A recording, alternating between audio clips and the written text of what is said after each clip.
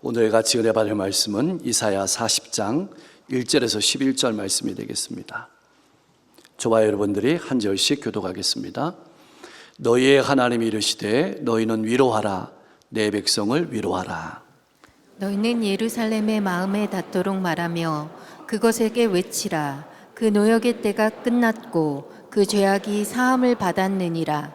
그의 모든 죄로 말미암아 여호와의 손에서 벌을 배나 받았느니라 할지니라 하시니라. 외치는 자의 소리여 이르되 너희는 광야에서 여호와의 길을 예비하라. 사막에서 우리 하나님의 대로를 평탄하게 하라.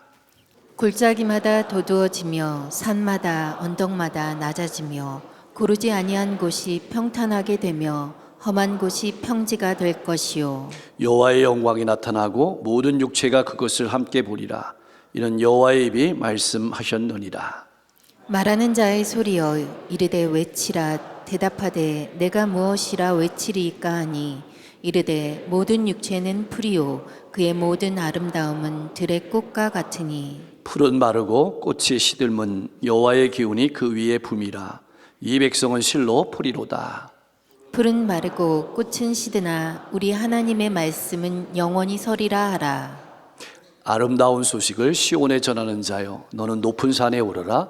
아름다운 소식을 예루살렘에 전하는 자여 너는 힘써 소리를 높이라. 두려워하지 말고 소리를 높여 유다의 성읍들에게 이르기를 너희의 하나님을 보라 하라. 보라 주 여호와께서 장차 강한 자로 임하실 것이요 친히 그의 팔로 다스리실 것이라.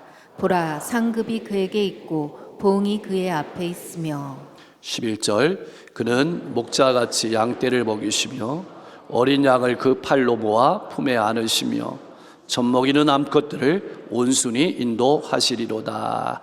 아멘. 사랑하는 성도 여러분, 너무나 어려운 시대를 살아가는 지금 여러분의 삶에는 어떠한 소망이 있습니까? 혹 기대했던 인생의 모든 계획이 산산이 부서지지는 않았습니까? 미래에 대한 밝은 희망은 있습니까? 혹 여러분의 마음을 짓누르는 죄책감은 없습니까? 관계 속의 어려움은 없습니까? 여러분은 지금 어디를 바라보며 어디에서 미래에 대한 소망을 찾으며 힘을 얻어 살아가고 있습니까?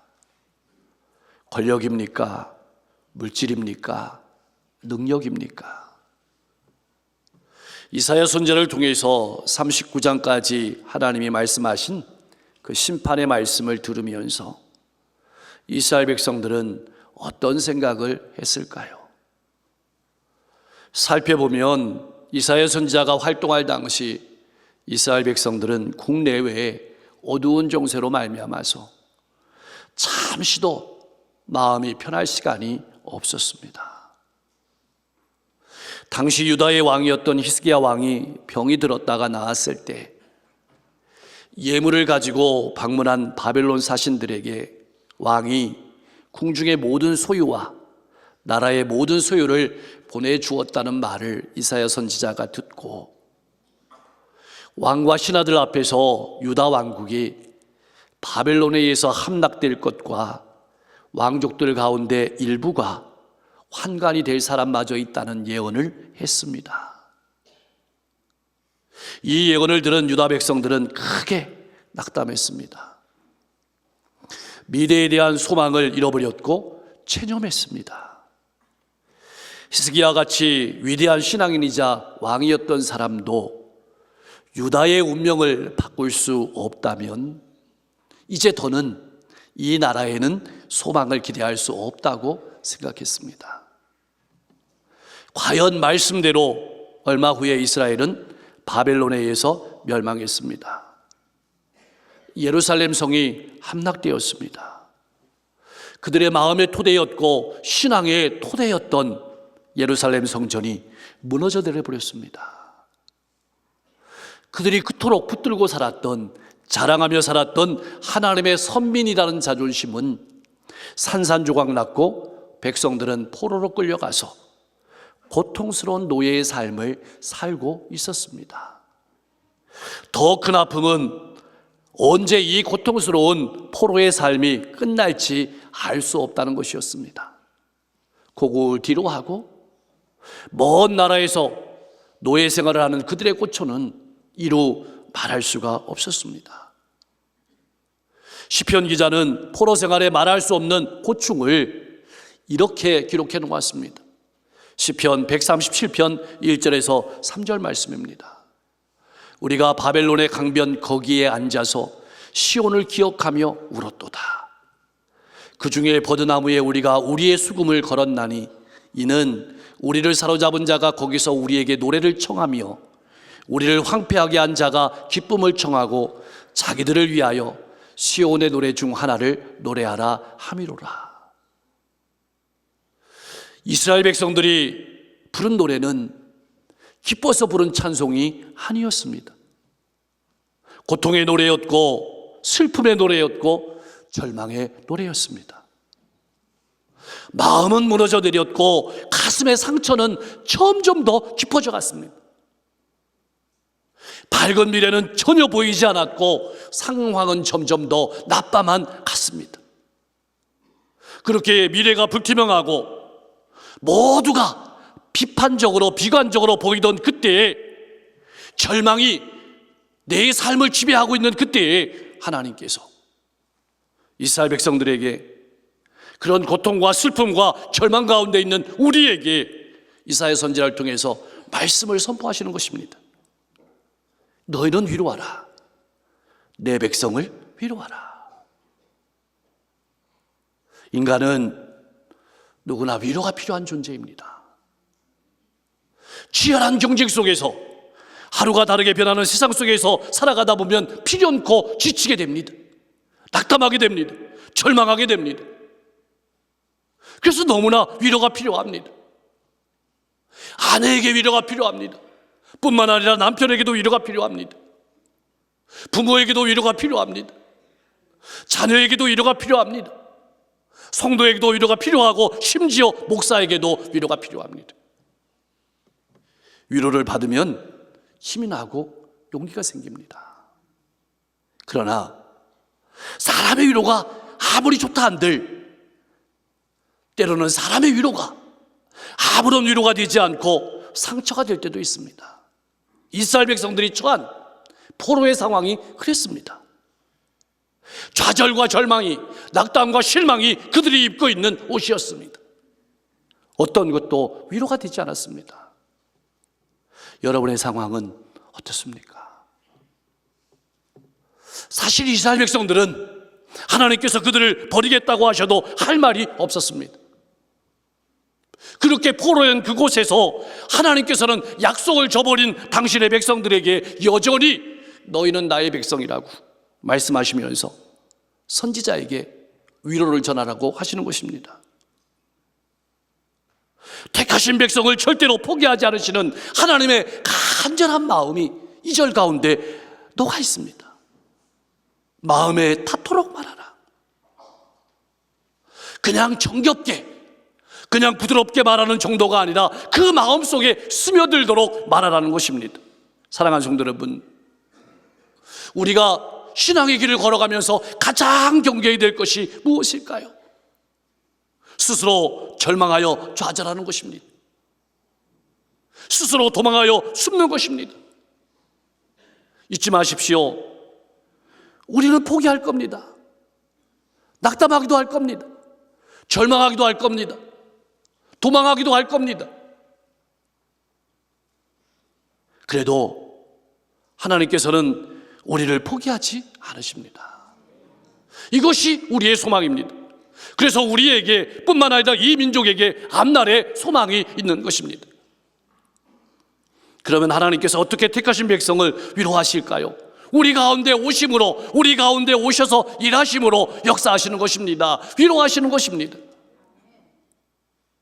하나님께서는 이스라엘을 위로하시기 위해서, 우리를 위로하시기 위해서 메시아를 보내실 것을 약속하셨습니다.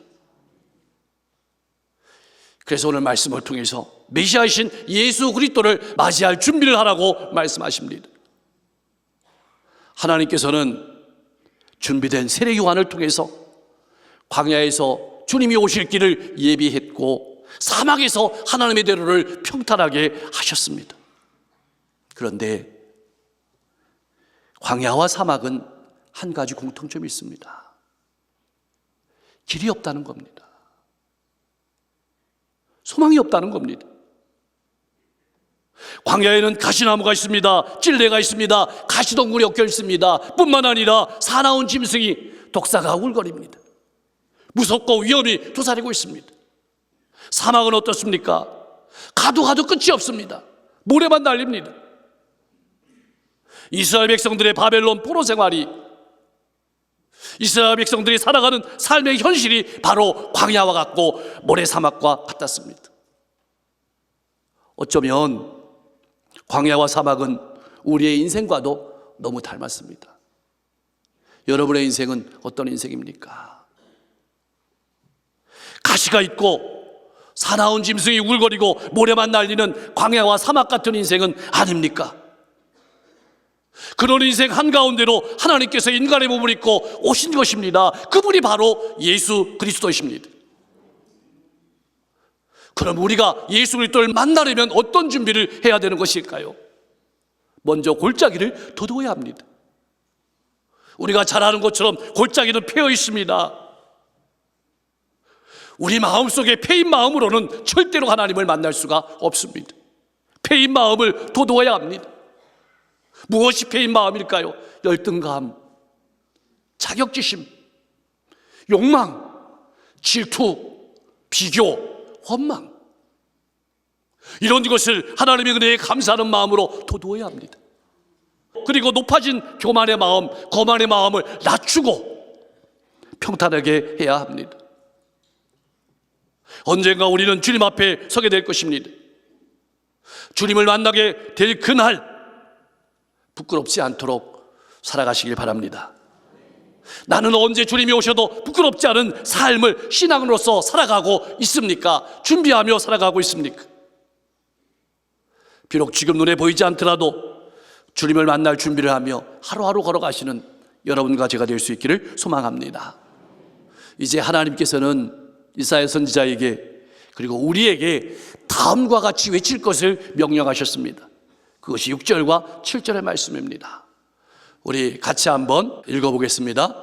말하는 자의 소리여 이르되 외치라 대답하되 내가 무엇이라 외치리까 하니 이르되 모든 육체는 풀이요 그의 모든 아름다움은 들의 꽃과 같으니 풀은 마르고 꽃이 시들면 여호와의 기운이 그 위에 붐이라 이 백성은 실로 풀이로라.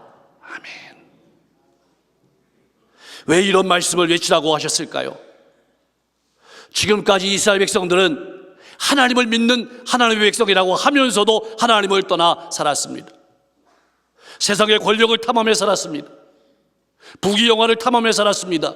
그들의 육체를 위해서 살았습니다. 맛있는 음식과 육체의 즐거움을 위해서 시간을 허비했습니다. 하나님의 말씀을 삶으로 살아내지 못했습니다. 세상의 가치관을 따라서 살았습니다. 이웃 나라를 의지하며 살았습니다. 하나님께서는 이제 그들에게 기쁨을 주고 안정을 줄 줄 알았던 것들이 지금 어떻게 되어 있는지 보라고 말씀하시는 것입니다.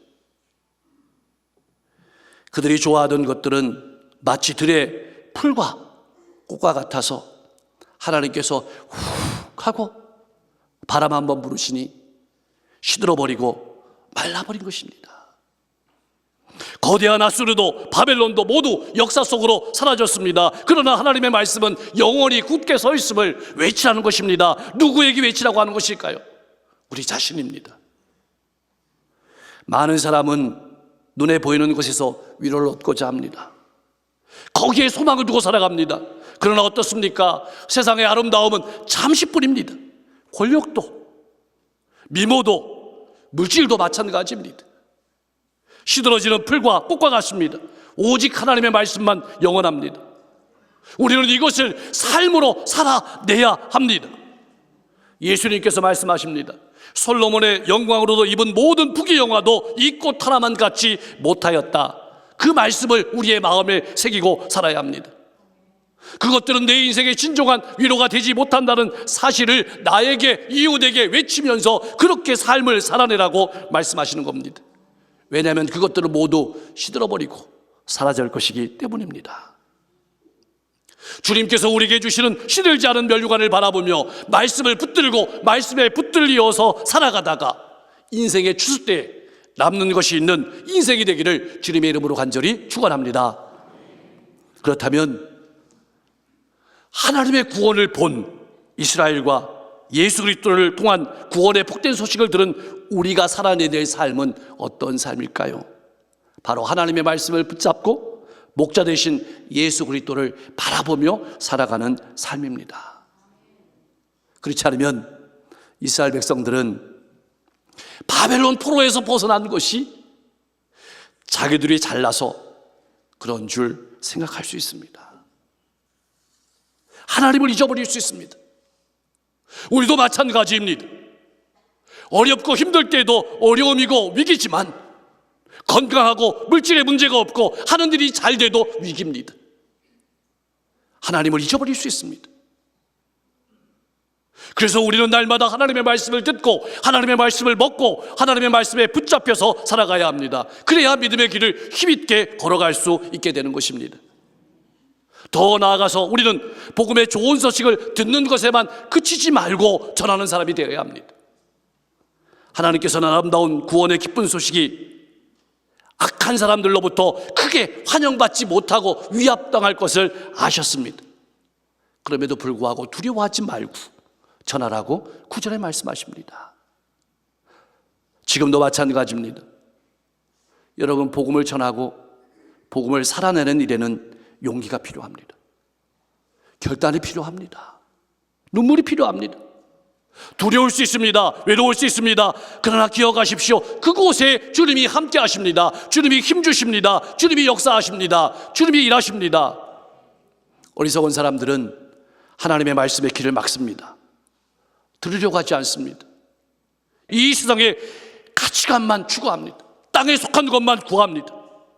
그러나 여러분, 땅에 속한 것은 불과 같습니다. 영원한 것은 하나님의 말씀뿐입니다. 그 말씀에 의지해서 위로와 용기와 소망을 품고 미래에 향해 나가는 여러분과 제가 될 수 있기를 소망합니다. 사랑하는 성도 여러분, 우리가 전하고 나타내야 될 하나님은 어떤 분이십니까? 강한 용사이십니다.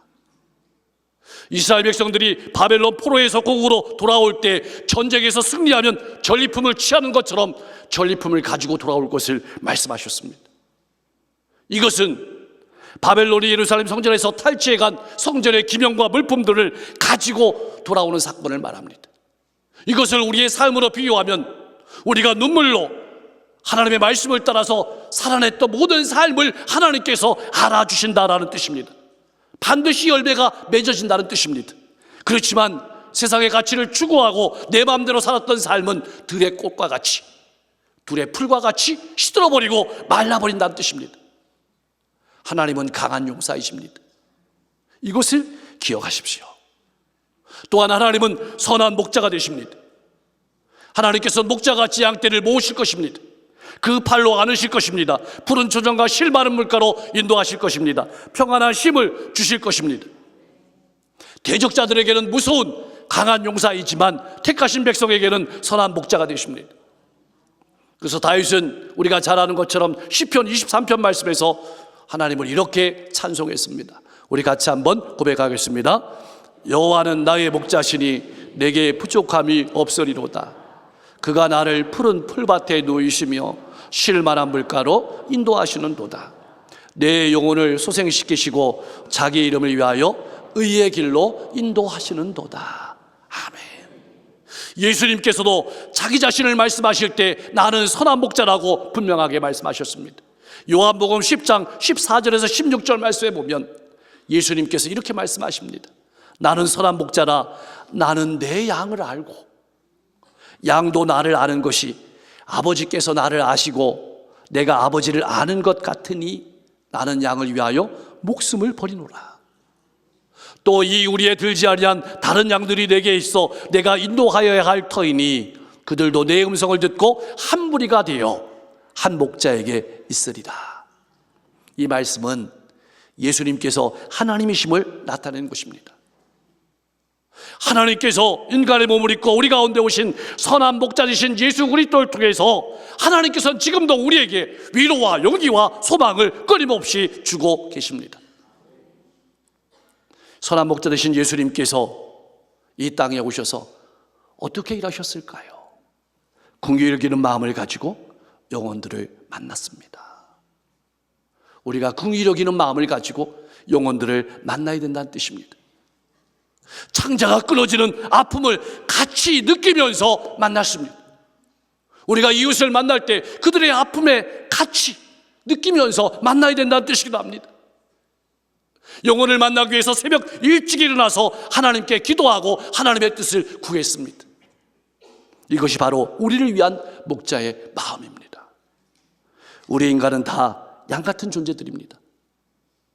항상 사나운 일이 노출되어 있습니다. 우리의 힘으로는 이길 수도 없고 우리의 능력으로는 도망칠 수도 없습니다. 스스로 안전한 곳을 찾을 수도 없고 풍부한 음식을 찾지도 못합니다. 선한 목자 되신 예수 그리스도의 인도하심을 받을 때에만 비로소 평안을 누리게 되고 풍성한 삶을 살아갈 수 있게 되는 것입니다. 이 사실을 삶으로 살아내며 전하는 여러분과 제가 될 수 있기를 간절히 축원합니다. 사랑하는 성도 여러분, 우리는 어떤 사람입니까? 하나님의 대사입니다. 하나님의 전령들입니다. 하나님의 대사로서, 하나님의 전령으로서 우리가 해야 될 것은 무엇입니까? 반드시 알아야 될 것은 무엇입니까? 하나님께서 우리를 절대로 포기하지 않는다는 사실입니다. 우리와 영원히 함께하기 위해서 인간의 몸을 입고 이 땅에 오신 예수 그리스도께서 우리의 목자가 되시고 위로자가 되심을 전해야 합니다. 예수님께서 이 땅에 오셔서 십자가에서 자신을 우리를 위해서 내어주셨습니다. 목숨을 내어주셨고 우리를 위해 죽으셨고 우리를 위해 부활하셨고 우리를 위해 승천하셨고 우리를 위해서 다시 오심을 전해야 합니다. 전했다면 주님을 맞이하기 위해서 우리는 전령으로 어떤 삶을 살아야 될까요? 주님이 오실 길을 예비하면서 살아가야 합니다. 열등감, 자격지심, 절망, 욕심과 질투, 비교와 원망, 불평으로 패인 마음을 회개하고 하나님께 감사하는 마음으로 패인 마음을 토도해야 합니다. 높아진 교만의 마음이, 거만의 마음이 있다면 낮추고 평탄하게 해야 합니다. 그리고 알아야 합니다. 세상의 아름다움은 잠시뿐이라는 사실을. 권력도, 미모도, 물질도, 명예도 마찬가지입니다. 시들어지는 풀이나 꽃과 같습니다. 오직 하나님의 말씀만 영원합니다. 이것을 삶으로 체험하면서 살아내야 합니다. 그리고 영혼들을 바라볼 때는 주님께서 우리를 그렇게 바라보시고 사랑하시는 것처럼 긍휼히 여기고 그들의 아픔을 같이 느끼고 내가 찾아가고 사랑하고 용서하면서 주님이 다시 오셔도 부끄러울 것이 없는 인생으로 삶을 살아내야 합니다. 2000년 전에는 세례요한이 말씀과 일치되는 삶으로 예수 그리스도를 준비하며 살아갔다면 오늘 이 시대에는 우리가 그러한 삶을 살아가야 될 차례입니다. 힘내십시오. 여러분을 통해서 하나님의 놀라운 구원의 역사가 가정과 일터와 이웃 가운데 풍성하게 열매 맺기를 주님의 이름으로 간절히 축원합니다. 기도하겠습니다. 우리의 삶이 아무리 어렵고 시대가 힘들어도 하나님께서 나를 포기하지 않으시고 사랑하심을 바라보며 소망을 가지고 살아가게 하여 주시옵소서. 패인 나의 마음을 감사하는 마음으로 돋우고 높아진 마음을 낮추며 주님께서 오실 길을 예비하며 살아가는 성도가 되게 하여 주시옵소서. 권력도 미모도 물질도 명예도 시들어버리는 꽃과 같음을 알게 하시고 오직 말씀을 따라 살아가다가 인생의 추수 때에 주님을 만날 때에 남는 것이 있는 인생이 되게 하여 주시옵소서. 아무도 알아주지 않는다 할지라도 하나님께서 알아주실 것을 바라보며 인내하며 살아가게 하시고 선한 목자 되신 예수님께서 사셨던 것처럼 다른 영혼들을 긍휼히 여기며 찾아가며 사랑하며 예수를 증거하는 삶을 살아가게 하여 주시옵소서. 이 나라와 민족이 어려움 가운데 있습니다. 혼란 가운데 있습니다. 사람의 능력으로 되지 않음을 고백합니다. 하나님께서 역사하여 주시고 이 민족을 굳건히 세워 주시옵소서. 성숙한 나라, 건강한 나라가 되게 하셔서 미래를 향해서 힘차게 나아갈 수 있도록 인도해 주옵소서. 날씨가 춥고 시대가 어렵습니다. 멀리 가지 않는다 할지라도 우리 주변에 어려운 이웃들을 바라볼 때 눈으로만 바라보고 입술로만 바라보지 않게 하시고 우리의 손이 가고 물질이 가고 시간이 갈 수 있도록 역사해 주시옵소서. 지구 곳곳에 전쟁이 있습니다. 기근이 있습니다. 재해가 있습니다. 아픔이 있습니다. 고난이 있습니다. 평화를 주시고 회복을 주시고 일치를 주실 때 이 땅의 교회들이 복음의 본질을 나타내며 살아가게 하시고 수많은 영혼들을 하나님이 우리를 사랑하신 것처럼 사랑하며 끌어안고 기도하며 살아가게 하여 주시옵소서. 오늘도 복음을 들고 나가시는 선교사님들의 발걸음을 통해서 수많은 영혼들이 주님께 돌아오게 하시고 육신의 질병과 마음의 고통과 인생의 문제와 삶의 어려움을 가지고 나온 성도 있습니까? 하나님이 만드신 몸이오니 하나님이 가장 잘 아십니다. 하나님께서 질병을 깨끗하게 치료하여 주시옵소서. 마음의 평안과 기쁨으로 가득 채워 주시옵소서. 관계의 문을 활짝 열어 주시옵소서. 가정과 일터와 사업적인 문제들을 해결해 주시고 그 길을 활짝 열어 주시옵소서. 우리 성도들이 2024년 또 2025년 미래를 바라보며 기도하고 계획한 모든 것들이 하나님의 뜻 가운데서 풍성한 열매 맺을 수 있도록 축복해 주시옵소서. 예수 그리스도의 이름으로 간절히 기도하옵나이다.